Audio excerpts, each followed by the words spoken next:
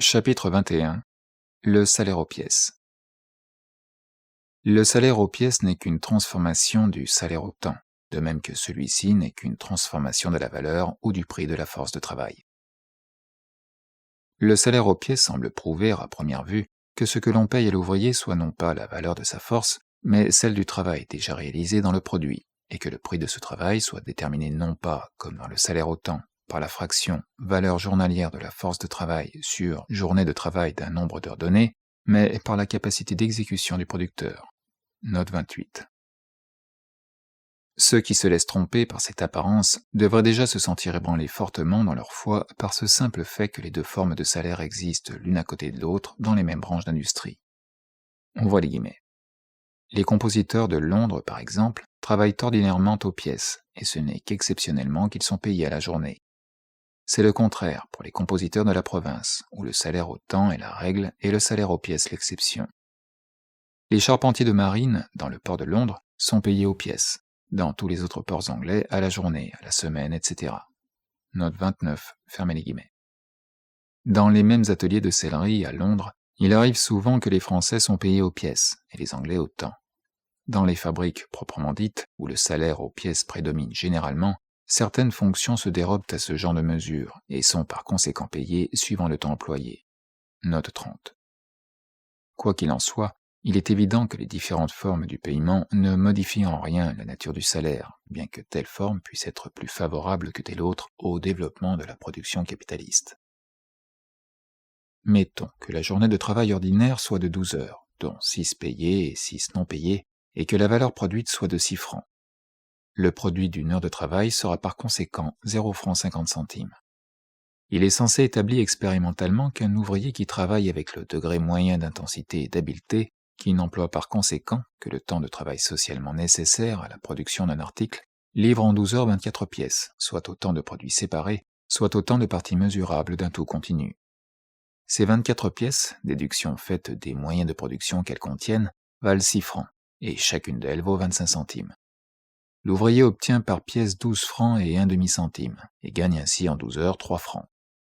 De même que dans le cas du salaire à la journée, on peut indifféremment dire que l'ouvrier travaille 6 heures pour lui-même et 6 pour le capitaliste, ou la moitié de chaque heure pour lui-même et l'autre moitié pour son patron. De même ici, il importe peu que l'on dise que chaque pièce est à moitié payée et à moitié non payée, ou que le prix de 12 pièces n'est qu'un équivalent de la force de travail, tandis que la plus-value s'incorpore dans les 12 autres. La forme du salaire aux pièces est aussi irrationnelle que celle du salaire au temps. Tandis que, par exemple, 2 pièces de marchandises, déduction faite des moyens de production consommés, valent 50 centimes comme produit d'une heure de travail, l'ouvrier reçoit pour elle un prix de 25 centimes. Le salaire aux pièces n'exprime en réalité aucun rapport de valeur immédiat. En effet, il ne mesure pas la valeur d'une pièce au temps de travail qui s'y trouve incorporé, mais au contraire le travail que l'ouvrier dépense au nombre de pièces qu'il a produites. Dans le salaire au temps, le travail se mesure d'après sa durée immédiate. Dans le salaire aux pièces, d'après le quantum de produit où il se fixe quand il dure un certain temps. Note 31. Le prix du temps de travail reste toujours déterminé par l'équation valeur d'une journée de travail égale valeur journalière de la force de travail. Le salaire aux pièces n'est donc qu'une forme modifiée du salaire au temps. Examinons maintenant de plus près les particularités caractéristiques du salaire aux pièces. La qualité du travail est ici contrôlée par l'ouvrage même, qui doit être d'une bonté moyenne pour que la pièce soit payée au prix convenu. Sous ce rapport, le salaire aux pièces devient une source inépuisable de prétextes pour opérer des retenues sur les gages de l'ouvrier, et pour le frustrer de ce qui lui revient. Il fournit en même temps au capitaliste une mesure exacte de l'intensité du travail. Le seul temps de travail qui compte comme socialement nécessaire, et soit par conséquent payé, c'est celui qui s'est incorporé dans une masse de produits déterminée d'avance et établie expérimentalement. Dans les grands ateliers de tailleurs de Londres, une certaine pièce, un gilet par exemple, s'appelle donc une heure, une demi-heure, etc., l'heure étant payée 6 pence. On sait par la pratique quel est le produit d'une heure en moyenne. Lors des modes nouvelles, etc., il s'élève toujours une discussion entre le patron et l'ouvrier pour savoir si tel ou tel morceau équivaut à une heure, etc., jusqu'à ce que l'expérience ait décidé. Il en est de même dans les ateliers de menuiserie, d'ébénisterie, etc. Si l'ouvrier ne possède pas la capacité moyenne d'exécution, S'il ne peut pas livrer un certain minimum d'ouvrage dans sa journée, on le congédie. Note 32. La qualité et l'intensité du travail étant assurées ainsi par la forme même du salaire, une grande partie du travail de surveillance devient superflue. C'est là-dessus que se fonde non seulement le travail à domicile moderne, mais encore tout un système d'oppression et d'exploitation hiérarchiquement constitué. Ce dernier possède deux formes fondamentales. D'une part, le salaire aux pièces facilite l'intervention de parasites entre le capitaliste et le travailleur, le marchandage, entre parenthèses, subletting of labor. Le gain des intermédiaires, des marchandeurs, provient exclusivement de la différence entre le prix du travail, tel que le paye le capitaliste, et la portion de ce prix qu'ils accordent à l'ouvrier. Note 33. Ce système porte en Angleterre, dans le langage populaire, le nom de sweating system. Note 34. D'autre part, le salaire aux pièces permet au capitaliste de passer un contrat de temps par pièce avec l'ouvrier principal, dans la manufacture avec le chef du groupe, dans les mines avec le mineur proprement dit, etc. Cet ouvrier principal, se chargeant pour le prix établi, d'embaucher lui-même ses aides et de les payer. L'exploitation des travailleurs par le capital se réalise ici au moyen de l'exploitation du travailleur par le travailleur. Note 35. Le salaire aux pièces une fois donné, l'intérêt personnel pousse l'ouvrier naturellement à tendre sa force le plus possible, ce qui permet au capitaliste d'élever plus facilement le degré normal de l'intensité du travail. Note 36. L'ouvrier est également intéressé à prolonger la journée de travail parce que c'est le moyen d'accroître son salaire quotidien ou hebdomadaire. Note 37.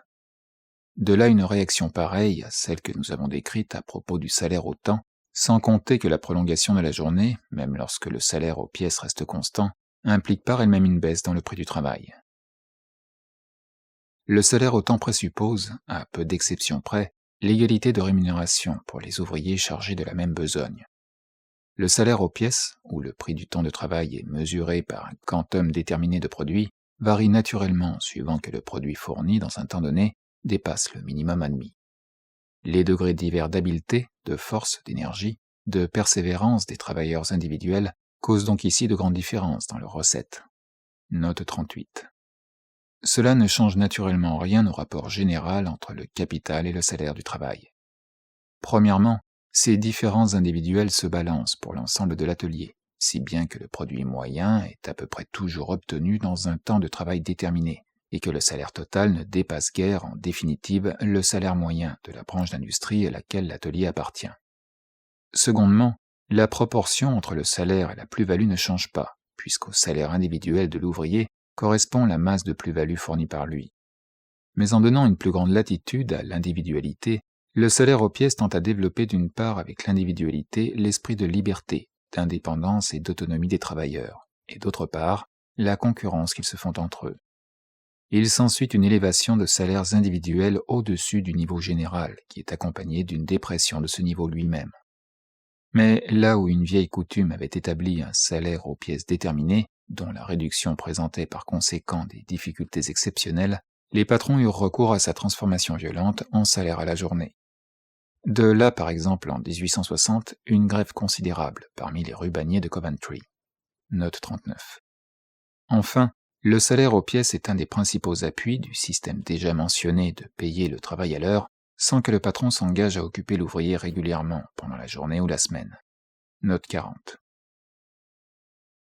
L'exposition précédente démontre que le salaire aux pièces est la forme du salaire la plus convenable au mode de production capitaliste.